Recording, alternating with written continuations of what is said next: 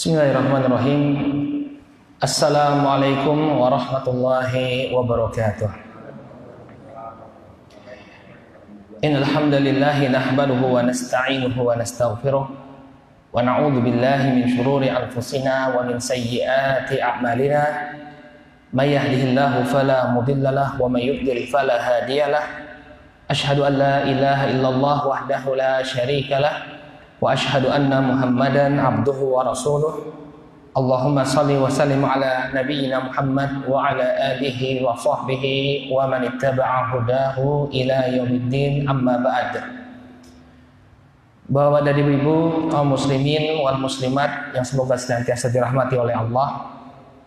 Alhamdulillah, puji dan syukur kita panjatkan kepada Allah Subhanahu wa taala atas segala nikmat yang telah Allah Subhanahu wa taala anugerahkan kepada kita semua, sehingga di malam hari ini kembali kita berkumpul di Masjid Nurul Iman yang kita cintai ini untuk melaksanakan sholat maghrib berjamaah yang kemudian kita lanjutkan dengan kajian membahas sirah dari para sahabat Rasulullah sallallahu alaihi wasallam. Pada pertemuan yang terakhir, barakallahu fikum, kita telah bahas keutamaan dari Abu Bakar As-Siddiq radhiyallahu taala anhu. Banyak sekali keutamaan-keutamaan yang ada pada diri beliau. Di antaranya kita ulang sedikit ya, banyak di antara para sahabat yang masuk Islam melalui tangan beliau. Kemudian beliau telah berkorban dengan harta dan jiwanya untuk Islam. Ketika Umar dan Abu Bakar Umar ingin menyaingi Abu Bakar, menginfakkan separuh hartanya, ternyata Abu Bakar menginfakkan seluruh hartanya ya untuk Islam. Kemudian juga beliau membebaskan ya Bilal yang disiksa karena keimanannya. Beliau membeli Bilal dengan harga yang cukup mahal, tapi itu tidak menjadi masalah bagi beliau. Kemudian beliau adalah sosok yang menemani Rasul sallallahu alaihi wasallam berhijrah, dan para sahabat pun menganggap bahwa Abu Bakar adalah sosok yang terbaik pasca Rasul sallallahu alaihi wasallam. Ini setelah para nabi, mereka sepakat bahwa orang yang terbaik adalah Abu Bakar As-Siddiq radhiyallahu taala anhu. Demikian juga Abu Bakar As-Siddiq adalah orang yang paling dicintai oleh Rasulullah. Ketika Abdurrahman bin Auf atau Amr ibn Yasir, Amr bin Al-As bertanya kepada Rasulullah SAW, siapa orang yang paling dicintai? Maka beliau mengatakan Aisyah. Wa minar rijal, dari kalangan laki-laki siapa? Maka kata Rasulullah SAW, abuha, bapaknya. Itu Abu Bakar As-Siddiq radhiyallahu taala anhu. Dan juga beliau mengumpulkan banyak kebaikan. Ketika Nabi SAW bertanya, siapa yang hari ini berpuasa, siapa yang hari ini mengunjungi orang yang sakit, siapa yang hari ini bersedekah, semuanya dilakukan oleh Abu Bakar As-Siddiq radhiyallahu taala anhu. Cukuplah ini untuk menunjukkan demikian besar keutamaan yang dimiliki oleh Abu Bakar As-Siddiq radhiyallahu taala anhu. Baik, Bapak dan Ibu yang dimuliakan oleh Allah, insya Allah di kesempatan kali ini kita akan lanjutkan pelajaran kita. Kita akan bahas ayat-ayat yang diturunkan, ayat-ayat Al-Quran yang diturunkan berkenaan dengan sosok Abu Bakar.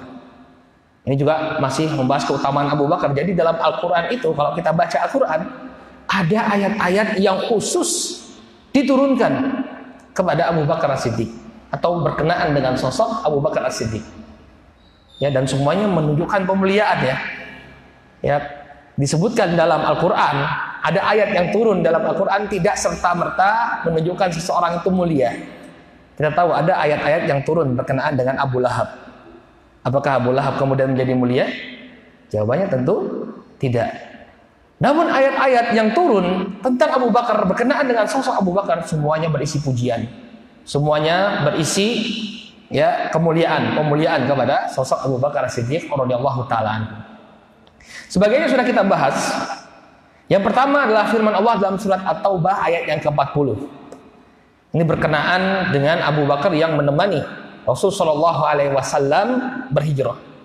Di mana Allah Subhanahu wa taala berfirman, "Illa tansuruhu faqad nasarahu Allah id akhrajahu alladziina kafaru thaniya itsnaini id huma fil ghar id yaqulu li sahibihi la tahzan innallaha ma'ana." Ini sudah kita bahas ya. Apabila kalian tidak memberikan pertolongan kepada Rasul sallallahu alaihi wasallam, maka sesungguhnya Allah telah memberikan pertolongan kepada beliau. Ini dalil yang menunjukkan tentang wajibnya kita memberikan pertolongan dan pembelaan kepada Nabi. Memang betul Nabi SAW itu pasti akan dibela oleh Allah Subhanahu wa taala. Namun kita berkewajiban untuk membela Nabi alaihi salatu wassalam, menunjukkan kecintaan kita kepada Nabi alaihi salatu wassalam. Ya, makanya cukup heran ketika ada sebagian orang yang mempermasalahkan ketika ada sebagian kaum muslimin yang ingin untuk memboikot produk Perancis karena mereka menampakkan karikatur Nabi SAW di gedung-gedung pemerintahan mereka. Jadi mungkin Bapak dan Ibu baca ya. Tapi kalau di Indonesia ini nggak terasa. Makanya saya heran kaum muslimin di Indonesia, kalau gurunya, kalau tokoh panutannya, kalau tokoh agama yang dia idolakan ini ada yang mengkritik, mereka marah. Kalau ada ormasnya yang dikritik, marah, langsung melakukan persekusi. Tapi tidak banyak yang berbicara ketika Nabi SAW dihina. Beberapa waktu yang lalu, pemerintah Perancis itu menayangkan karikaturnya Nabi SAW di gedung pemerintahan mereka. Ya, tapi nggak ada beritanya. Mungkin di Indonesia nggak ada apa-apa, nggak ada reaksi sama sekali. Inilah kita penyakit kita. Kefanatikan kita kepada figur selain Rasulullah SAW ini lebih besar daripada kefanatikan kita kepada Nabi SAW. Kecintaan dan pembelaan kita kepada figur-figur selain Nabi ini lebih besar daripada kepada Rasulullah SAW. Bahkan kita lihat ada orang terang-terangan mengatakan, siapa sih yang jasanya lebih besar bagi bangsa Indonesia, Soekarno atau Rasulullah dibandingkan? Coba lihat. Berani dia ngomong seperti itu. Nah, inilah kelemahan kita. Ya. Terkadang kita mencintai Rasul, mencintai Nabi, buktinya mana? Mana buktinya? Ya, bikin puisi, menyanyikan lagu-lagu pujian kepada Nabi, ya Nabi kami rindu kepadamu. Mana buktinya? Ketika Nabi alaihissalatu wassalam dihina, dijadikan permainan oleh mereka dengan alasan kebebasan berekspresi, tapi ini standar ganda. Ya. Mereka katakan ketika mereka menghina Nabi, ini kebebasan berekspresi. Coba kita bilang ibunya pelacur, marah nggak deh? Kebebasan berekspresi Pak, jangan marah misalnya. Ngomong ke orang Perancis misalnya, kalau mereka ngomong seperti itu, dasar kamu anak pelacur, ibumu pelacur, pasti dia marah. Ya, katakan saja ini kebebasan berekspresi. Nah, lihat bagaimana standar gandanya mereka, karena memang asalnya mereka ini bukan ingin menunjukkan ekspresi, ingin mencela Islam, ingin mencela Nabi SAW. Prancis itu adalah negara Eropa dengan populasi Islam yang terus meningkat. 10% penduduk Prancis itu Muslim. Mereka khawatir ini, sehingga mereka mencoba untuk menekan ini. Ya, kalaupun jadi Islam yang seperti mereka, yang menghalalkan perzinahan, menghalalkan khamr, menghalalkan LGBT. Ya, seperti itulah makar orang-orang kafir. Makanya kaum muslimin tunjukkan roh kita ketika Nabi SAW dihina. Makanya di Indonesia nggak ada seruan untuk memboikot produk-produk Prancis ya. Di luar negeri mereka tuh sudah kacau balau Prancis itu sampai meminta hentikan boikot. Kenapa? Karena produk-produk mereka di Timur Tengah itu diboikot. Kerasa sekali secara ekonomi. Tapi orang Indonesia begitulah kita. Kadang-kadang kita banyak bersuara lantang, tapi prakteknya nggak ada. Ya, itu ciri kita atau suatu sifat yang ada pada kita yang perlu kita luruskan. Jangan hanya pandai berbicara saja, buktikan cinta kita kepada Nabi alaihi salatu wassalam.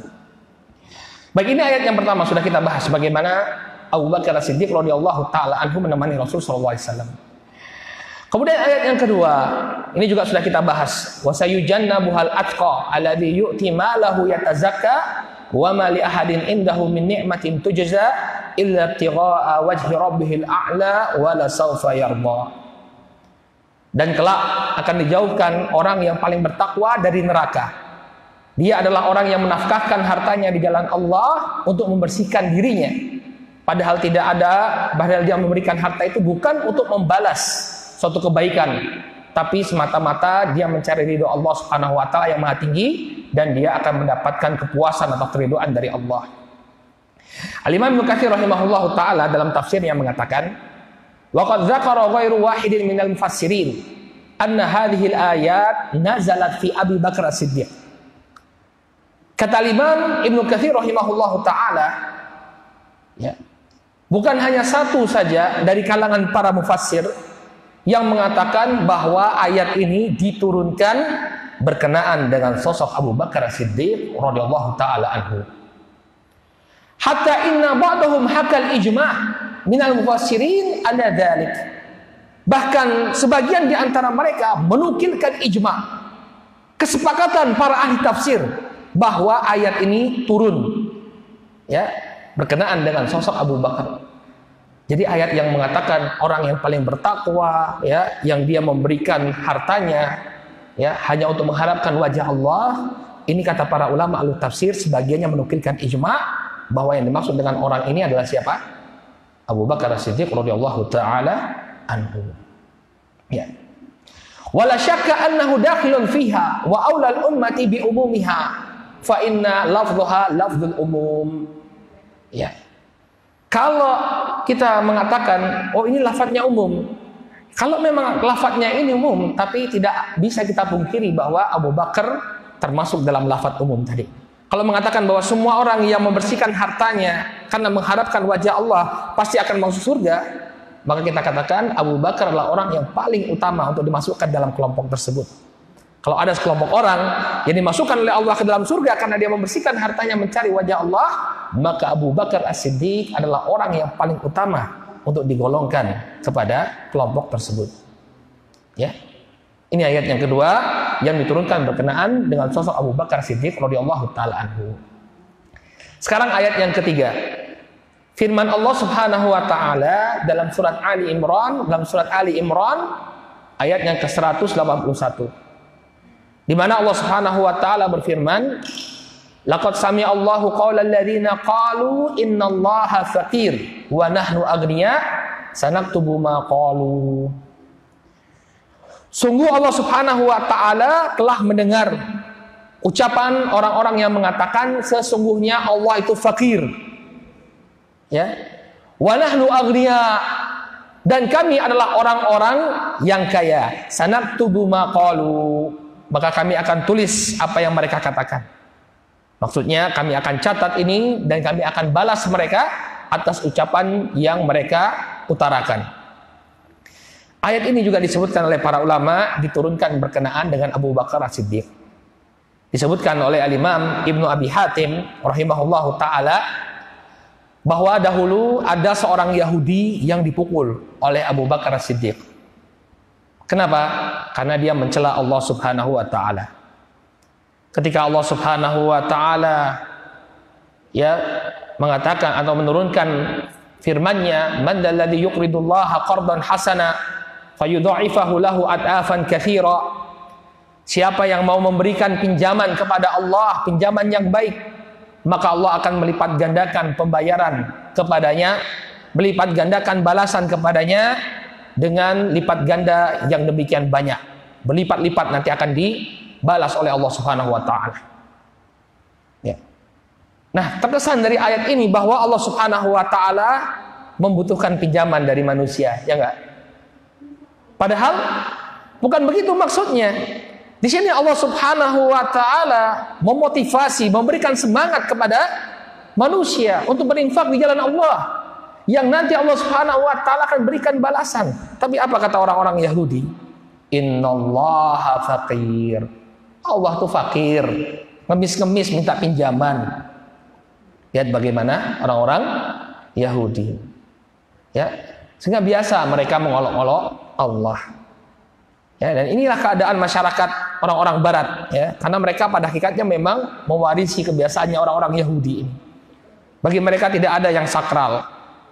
Jangan kira bahwa yang diolok-olok oleh mereka itu adalah Nabi kita Muhammad SAW saja. Bahkan Nabi Isa alaihissalam, Yesus Kristus yang mereka anggap sebagai Tuhan, itu biasa mereka olok-olok. Ya, waktu di Yaman, saya punya beberapa orang teman Perancis. Ya, ketika makan bareng, biasanya kita makan bareng, kita saling cerita tentang negeri masing-masing. Waktu itu sedang marak-maraknya pelarangan cadar. Ya, tahun 2010 atau 2011 mulai diberlakukan denda bagi wanita yang menggunakan cadar. Kemudian ceritalah kawan tadi bagaimana keadaan kaum muslimin di Perancis. Ya, kata dia orang-orang Perancis itu sebenarnya pengecut. Kenapa? Mereka nggak berani berhadapan langsung dengan kaum muslimin. Ya, ketika melarang cadar, siapakah yang diajukan oleh pemerintah untuk mencela cadar itu? Ya orang-orang Islam juga. Ini cirinya orang Barat. Kadang-kadang ya mereka mengadu kita dengan sebagian orang yang mengaku Muslim. Ya ambillah orang-orang Islam liberal, ya orang-orang Islam yang sekuler, yang punya titel profesor, doktor, muncul di TV-TV. Kemudian mereka mencela cadar. Ya, cadar ini ekstrim, cadar ini bukan budaya Islam, cadar ini sekedar budaya Arab. Sama dengan di Indonesia. Ya, bukan orang kafir yang ngomong seperti ini. Ya, orang-orang yang dikenal sebagai cendekiawan Muslim. Nah, kemudian obrolan ini berlangsung sampai kepada penghinaan Nabi SAW. Kata mereka, yang namanya Yesus Kristus itu biasa diolok-olok di tengah-tengah mereka. Kalau saya ini cerita, ada video, ya, video klip, ya. Digambarkan bahwa Tuhan itu sosoknya pakai dasi, badannya besar, lagi baca koran. Kemudian dia baca koran, ini koran Prancis, terjadi kekacauan di mana-mana. Wah, kemudian Tuhannya bingung, lalu dia panggil. Ya, ketika dia bingung ini, datang seorang laki-laki, rambutnya pirang, gondrong, sambil bawa palang. Ya, ini menunjukkan sosok Yesus Kristus. Kemudian dia bertanya kepada Tuhan, atau dia meminta, ya, wahai Tuhan, turunkan saya kembali biar saya bereskan ini kekacauan di bumi, kata dia. Terus kata Tuhannya, terakhir kali saya ngutus kamu malah semakin kacau bumi, kata dia. Mengejek Yesus Kristus. Kemudian apa? Dia mengutus seorang wanita pelacur untuk menebarkan cinta di tengah-tengah bumi. Lihat bagaimana mereka mengolok-olok. Ya. Bahkan mungkin pernah ada film yang menggambarkan Tuhan sedang cuti, ya. Ada judulnya Bruce the Almighty. Yang main itu Jim Carrey. Ya, jadi ceritanya itu Tuhan itu cuti. Tuhan itu digambarkan sebagai sosok berkulit hitam. Ya, orang Afrika. Kemudian saya mau cuti. Ya udah, saya jadikan Tuhan. Emang Tuhan pernah cuti, kata dia. Iya, pada waktu masa kegelapan, Dark Age, ketika Eropa di masa kegelapan itu Tuhan sedang cuti, kata dia. Biasa bagi mereka untuk mengolok-olok. Siapa salafnya, siapa pendahulunya? Orang-orang Yahudi. Ya. Ketika Allah Subhanahu wa taala mengatakan man dzalladzi yuqridullaha qardan hasanah, mereka mengatakan, ya Allah tuh fakir, butuh bantuan kita.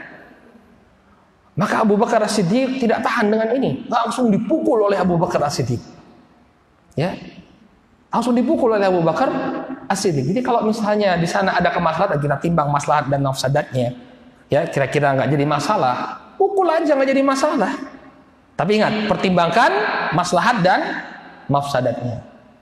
Kalau panjenengan misalnya di tengah-tengah komunitas Nasrani, kemudian ada yang mencela Nabi SAW, kemudian jenengan balas, ya mungkin ya perlu pertimbangan. Kalau misalnya nggak apa-apa, ya nggak jadi masalah. Ya Abu Bakar langsung pukul. Kemudian orang ini mengadu kepada Nabi SAW. Ya, wahai Muhammad, coba lihat, saya dizolimi. Ya. Maka kemudian turun pembelaan dari Allah Subhanahu wa taala kepada Abu Bakar As-Siddiq. Memang kamu layak untuk diperlakukan seperti itu.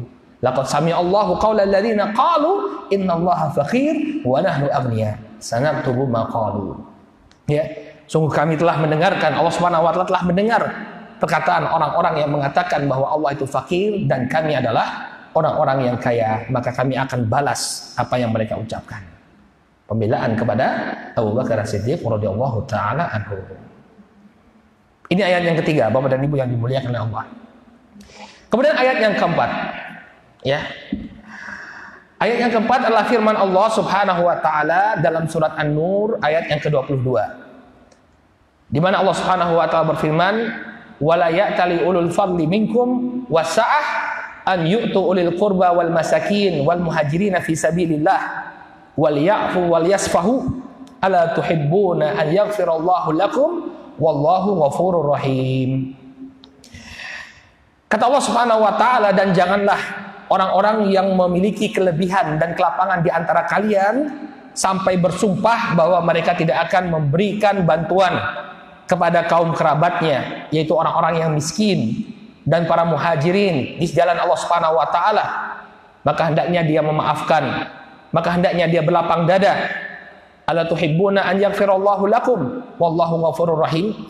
Tidakkah kalian suka Allah Subhanahu wa taala mengampuni kalian, dan sesungguhnya Allah Subhanahu wa taala Maha Pengampun lagi Maha Penyayang.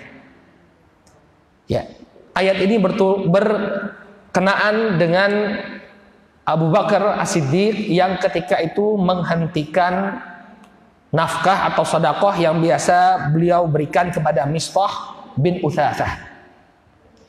Mungkin Bapak dan Ibu masih ingat hadis satu ifk ketika kaum munafikin menuduh Aisyah radhiyallahu taala anha berzina. Masih ingat enggak kisahnya? Dulu Aisyah radhiyallahu taala anha pernah melakukan perjalanan atau mengiringi perjalanan Rasul sallallahu alaihi wasallam. Kemudian rombongan Rasul sallallahu alaihi wasallam berhenti di suatu tempat. Kemudian Aisyah radhiyallahu taala anha ketika itu adalah sosok wanita yang bertubuh ringan, sehingga ketika beliau berada di sekedup atau beliau turun dari sekedupnya, itu orang yang menggiring untanya Aisyah radhiyallahu taala anha tidak bisa membedakan karena saking ringannya bobot badannya Aisyah. Sekedup itu semacam apa kalau bahasa kita ya, semacam tandu, tapi ada tertutup dia, tandu tertutup kemudian diletakkan di punggung unta. Ya, semacam kamar kecil. Oh, kamar kecil WC lagi ya, bukan. Kamar atau ruangan yang kecil ditaruh di atas unta. Nah, itu Aisyah naik ke atas sekedup atau berada dalam sekedupnya atau tidak, ini yang menggiring untanya nggak bisa membedakan karena bobotnya begitu ringan. Maka mereka ketika itu berhenti di suatu tempat. Aisyah kemudian keluar dari sekedupnya untuk menunaikan hajat. Biasa ya, orang kalau melakukan perjalanan singgah kemudian menunaikan hajat. Beliau menjauh dari rombongan. Nah, ketika beliau ingin kembali radhiyallahu anha ke untanya, ternyata kalung yang beliau miliki terjatuh. Ya, beliau meraba-raba, kemudian ternyata kalungnya nggak ada. Kembali lagi beliau ke tempat beliau, ya, menunaikan hajatnya tadi, mencari kalungnya. Nah, kemudian rombongan ini ya kembali melakukan perjalanan. Ingat tadi, tubuh Aisyah ringan. Akhirnya apa? Ya, berjalan mereka tanpa menyadari bahwa Aisyah belum kembali ke untanya. Ketika Aisyah kembali, ternyata rombongan sudah nggak ada. Akhirnya beliau pun ya memutuskan untuk menunggu. Ya, beliau berdiam di tempatnya. Karena kalau kita misalnya tersesat, terpisah dari rombongan, itu kondisi ideal adalah kita tetap berada di sana, jangan pergi. Kenapa? Karena kalau rombongan ini menyadari ada yang tertinggal, mereka pasti akan kembali ke tempat terakhir kali singgah. Kalau misalnya kita pergi, rombongan yang akan mencari tidak akan menemukan kita. Ya, jadi ini tips ya, kita mungkin perlu ajarkan kepada anak-anak. Kalau misalnya kamu terpisah sama bapak, ya sudah di situ aja. Nanti bapak akan balik. Ya. Nah, ketika itu Aisyah kembali ke tempat, nggak ada lagi. Ternyata di belakang ada sahabat yang mengiringi. Dia terlambat. Ya, Sofwan bin Mu'attal berada di rombongan, ya berada di belakang rombongan. Bertemu dengan Aisyah radhiyallahu taala anha, maka Sofwan bin Mu'attal tidak mengucapkan satu patah kata pun kecuali beliau beristirja, inna lillahi wa inna ilaihi rajiun. Musibah, istrinya Nabi SAW tertinggal. Maka dengan begitu elegan dan sopannya Sofwan bin Mu'attal tanpa berbicara apapun menundukkan ontanya, ya kemudian mempersilahkan Aisyah tanpa berkata, dengan isyarat semua. Ini istri Nabi SAW dimuliakan. Maka tanpa berbicara sedikit sepatah kata pun Aisyah naik ke atas onta.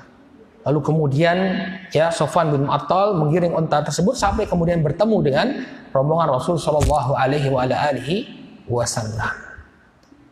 Lalu apa yang terjadi?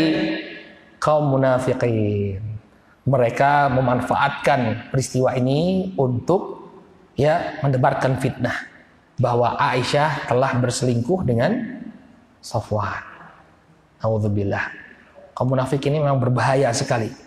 Mereka berbaju muslim, tapi begitu ada momen untuk menghantam kaum muslimin, mereka akan habis-habisan menghantam kita. Ya, mereka akan habis-habisan menghantam kita. Maka waspada kaum muslimin. Munafik ini lebih parah, ya, daripada orang-orang kafir. Dan mereka ini yang banyak dimanfaatkan oleh orang-orang kafir untuk menghantam kita. Mereka menyebarkan berita bohong, mereka menyebarkan berita dusta. Ya. Sampai kemudian beberapa orang sahabat terpengaruh karena demikian gencarnya fitnah yang disebarkan oleh kaum munafikin, beberapa orang sahabat terpengaruh. Di antaranya adalah Mistah bin Utsatsah. Dan Mistah ini masih karib kerabatnya Abu Bakar As-Siddiq. Maka begitu tahu Mistah bin Utsatsah ini termasuk yang menyebarkan berita bahwa Aisyah telah melakukan perselingkuhan dengan Safwan, Abu Bakar bersumpah untuk tidak memberikan nafkah lagi kepada Mistah. Padahal selama ini Abu Bakar itu orangnya dermawan. Karib kerabatnya yang kurang mampu itu dibantu oleh Abu Bakar As-Siddiq, termasuk Mistah. Maka Abu Bakar As-Siddiq menghentikan nafkah yang diberikan kepada Mistah. Turun firman Allah Subhanahu wa taala sebagai teguran bagi beliau. Wala ya'tali ulul fadli minkum wasa'ah an yu'tu ulil qurba wal masakin wal muhajirin fi sabilillah wal ya'fu wal yasfahu. Hendaknya mereka memaafkan dan berlapang dada. Akhirnya Mistahnya kan dihukum. Dihukum cambuk ketika itu. Sudah dihukum, maka maafkanlah. Maka kemudian Abu Bakar As-Siddiq ketika Allah mengatakan ala tuhibbu an yaghfirallahu lakum, tidakkah kalian suka kalau Allah mengampuni dosa kalian? Tentu, kata Abu Bakar, tentu kami ingin diampuni oleh Allah. Maka beliau pun kembali memberikan nafkah kepada Mistah bin Utsatsah. Inilah 4 ayat yang diturunkan oleh Allah Subhanahu wa taala berkenaan dengan sosok Abu Bakar As-Siddiq radhiyallahu taala anhu. Ini semua menunjukkan kemuliaan Abu Bakar As-Siddiq. Sekarang kita masuk ke dalam pembahasan yang baru. Bapak dan Ibu yang dimuliakan oleh Allah Subhanahu wa taala. Kita akan bahas tentang beberapa isyarat penunjukan Abu Bakar As-Siddiq sebagai khalifah, pengganti Rasul Shallallahu Alaihi Wasallam pasca wafatnya Nabi sebagai pemimpin kaum muslimin. Karena sebagian orang mereka menuduh bahwa Abu Bakar ini merebut kekuasaan. Yang harusnya menjadi khalifah adalah Ali, kata mereka. Maka kita akan bahas dalil-dalil yang menunjukkan bahwa orang yang paling berhak untuk menjadi khalifah pasca Nabi Shallallahu Alaihi Wasallam adalah Abu Bakar. Walaupun Nabi SAW tidak menunjuk secara langsung setelah aku meninggal maka Abu Bakar yang menjadi pemimpin, tapi banyak sekali dalil-dalil yang menunjukkan bahwa Abu Bakar As-Siddiq lah yang pantas untuk menjadi pemimpin kaum muslimin pasca wafatnya Nabi SAW. Ada sekian banyak dalil yang menunjukkan hal tersebut. Kita akan bahas satu persatu insyaAllah. Yang pertama, ketika Rasul Shallallahu Alaihi Wasallam sakit, ketika beliau sudah tidak mampu untuk mengimami para sahabat menegakkan sholat berjamaah, siapa yang ditunjuk beliau untuk menjadi imam? Abu Bakar. Abu Bakar As-Siddiq yang ditunjuk oleh beliau. Ini dalil yang menunjukkan bahwa beliaulah yang dipersiapkan oleh Nabi SAW sebagai pemimpin kaum muslimin. Diriwayatkan dalam sebuah hadis yang diriwayatkan oleh Al-Imam Al-Bukhari dan Muslim dari sahabat Abu Musa Al-Asy'ari radhiyallahu taala anhu, beliau mengisahkan tentang sakitnya Nabi sallallahu alaihi wasallam. Marida Rasulullah sallallahu alaihi wasallam fashtadda maraduh. Ketika Nabi sallallahu alaihi wasallam sakit dan semakin parah sakit yang beliau alami, faqala muru Abu Bakar falyusalli bin nas. Maka beliau mengatakan, perintahkanlah oleh kalian Abu Bakar sebagai imam, biarkan dia mengimami sholat kalian. Faqalat Aisyah, ya Rasulullah, inna Abu Bakar rajulun raqi, mata yaqum maqamak la yastati an yusalli bin nas. Kemudian Aisyah mengatakan, wahai Rasul, Abu Bakar ini adalah seorang yang raqi, yang amat perasa. Maksudnya beliau ini orang yang mudah menangis. Mata yakum maqamak la yastati an yusalli bin nas. Kalau disuruh untuk menggantikanmu mengimami manusia, maka dia tidak akan mampu. Imami dalam keadaan nanti beliau nangis, terisak dalam tangisannya. Tapi Nabi SAW tetap bersikeras. Muri Abu Bakar fa yusalli bin nas fa innakum sawahibu Yusuf. Perintahkanlah Abu Bakar untuk mengimami manusia salat. Kalian ini seakan-akan seperti sawahib Yusuf, wanita-wanita yang membuat makar. Jadi sawahib ini bukan saudara, tapi wanita-wanita yang membuat makar terhadap Yusuf. Disebutkan oleh para ulama, kenapa disebut seperti sawahib Yusuf? Karena wanita-wanita ini berusaha untuk memalingkan Yusuf, menggoda Nabi Yusuf alaihissalam. Nabi SAW sudah menentukan, kemudian ya Aisyah berusaha untuk memalingkan Nabi SAW dari keputusannya tersebut. Maka wahai Aisyah, jangan seperti itu. Ya, kalau saya sudah menentukan Abu Bakar sebagai imam, maka biarkanlah Abu Bakar memimpin manusia dalam sholatnya. Maka kemudian maka Abu Musa al-Asy'ari mengatakan, fasalla bihim Abu Bakar hayata Rasulillah sallallahu alaihi wasallam. Maka Abu Bakar mengimami mereka salat ya ketika Nabi sallallahu alaihi wasallam masih hidup. Jadi Abu Bakar itu menjadi imam bagi para sahabat dengan persetujuan Nabi. Nabi masih hidup. Nabi tidak kemudian menyuruh Ali menjadi imam, tidak. Tapi menyuruh Abu Bakar As-Siddiq dalam keadaan beliau masih hidup, belum meninggal. Ya, sehingga nggak ada yang namanya kudeta. Memang Abu Bakar lah yang telah disiapkan oleh Nabi SAW sebagai pemimpin pengganti beliau. Kemudian indikasi yang kedua, ya, Nabi SAW berpesan kepada para sahabat untuk meneladani sosok Abu Bakar dan Umar. Ya. Dalam sebuah hadis yang diriwayatkan oleh Imam Tirmidzi dan Al-Imam Ibnu Majah dan dihasankan oleh Syekh Al-Albani rahimahullah dari sahabat Hudzaifah bin Yaman radhiyallahu anhu, Rasulullah sallallahu alaihi wasallam bersabda, "Inni la adri ma qadru baqa'i fikum." Sesungguhnya aku tidak mengetahui berapa lama lagi aku akan hidup di tengah-tengah kalian. Faqtadu bil ladaini min ba'di. Maka hendaknya kalian mengikuti dua orang setelahku. Siapa dua orang setelah Nabi sallallahu alaihi wasallam? Wa asyara ila Abi Bakar wa Umar. Beliau memberikan isyarat. Beliau menunjuk pada sosok Abu Bakar dan Umar. Faqtadu bil ladaini min ba'di. Ya, teladanilah, ikutilah dua sosok setelahku. Lalu beliau menunjuk kepada Abu Bakar dan Umar. Abu Bakar dan Umar yang ditunjuk oleh Rasulullah Shallallahu Alaihi Wasallam. Tentunya ini merupakan isyarat dari beliau bahwa yang memimpin kaum muslimin pasca wafatnya beliau adalah Abu Bakar. Kemudian Umar bin Khattab radhiyallahu taala anhu. Kemudian indikasi lainnya bahwa yang memimpin kaum muslimin pasca wafatnya Nabi adalah Abu Bakar adalah ya pengutusan Abu Bakar sebagai Amirul Hajj, sebagai pemimpin kaum muslimin ketika melaksanakan haji. Kita flashback lagi sebelum Nabi SAW melakukan Hajjatul Wada, ya Nabi SAW mengutus Abu Bakar terlebih dahulu untuk memimpin kaum muslimin. Siapa yang masih ingat apa alasannya kenapa Rasul mengutus Abu Bakar terlebih dahulu?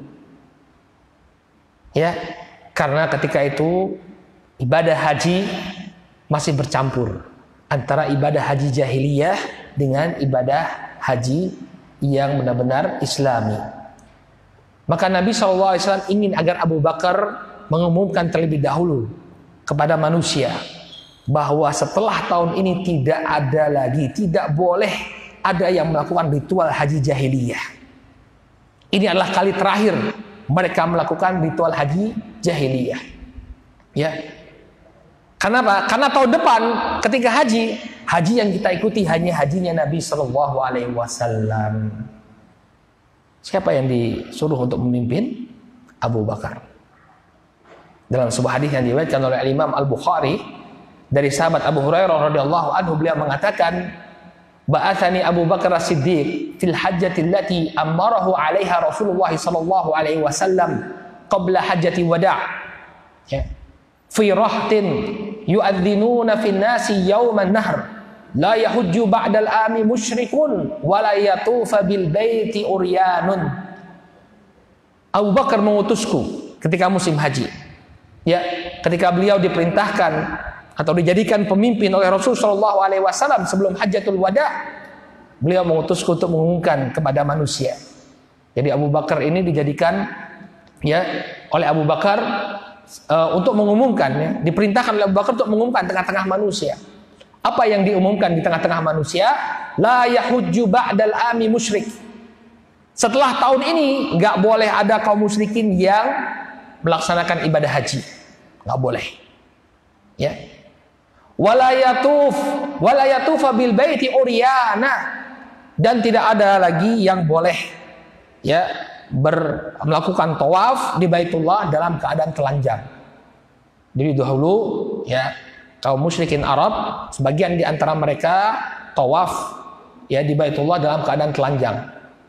Jadi konsep menutup aurat itu dari Islam, Bapak dan Ibu, bukan budaya Arab ya. Dulu orang Arab itu telanjang, tawaf di Baitullahnya telanjang. Kemudian dilarang dalam Islam, nggak boleh lagi. Jadi kalau ada orang yang mengatakan pakaiannya dikenakan oleh wanita muslimah, jilbab, inilah produk Arab, ya maka kita katakan dulu orang Arab telanjang. Sampai di Baitullah mereka telanjang. Di rumah Allah, muter di rumah Allah itu telanjang. Baru dikenalkan konsep menutup aurat oleh Islam. Jadi bukan budaya Arab. Ya, mungkin budaya Arab, tapi pasca Islam. Pasca Islam. Ya. Nah ini dalil yang menunjukkan bahwa Abu Bakar memang dipersiapkan oleh Nabi SAW sebagai pemimpin pasca beliau. Masih ada dalil-dalil lain yang menunjukkan bahwa Abu Bakar As-Siddiq memang ditunjuk oleh Nabi SAW sebagai pengganti beliau. Insya Allah kita akan bahas pada pertemuan yang akan datang, dan kita akan bahas juga bagaimana proses ya Abu Bakar itu naik menjadi seorang pemimpin atau menjadi khalifah yang pertama bagi kaum muslimin, serta apa yang beliau sampaikan ketika beliau diangkat. Ya, ada pelajaran yang luar biasa dari pidato-pidatonya Abu Bakar ketika beliau diangkat menjadi khalifah. Mudah-mudahan kita ya diberikan kesempatan oleh Allah Subhanahu wa taala untuk menyimak ucapan-ucapan beliau ketika itu. Wallahu taala alam bisawab. Naktafi bihadzal qadar, kita cukupkan dulu sampai di sini. Mari kita tutup dengan doa kafaratul majlis. Subhanakallahumma wa bihamdika asyhadu an la ilaha illa anta astaghfiruka wa atubu ilaik. Billahi taufiq wal hidayah. Wassalamualaikum warahmatullahi wabarakatuh.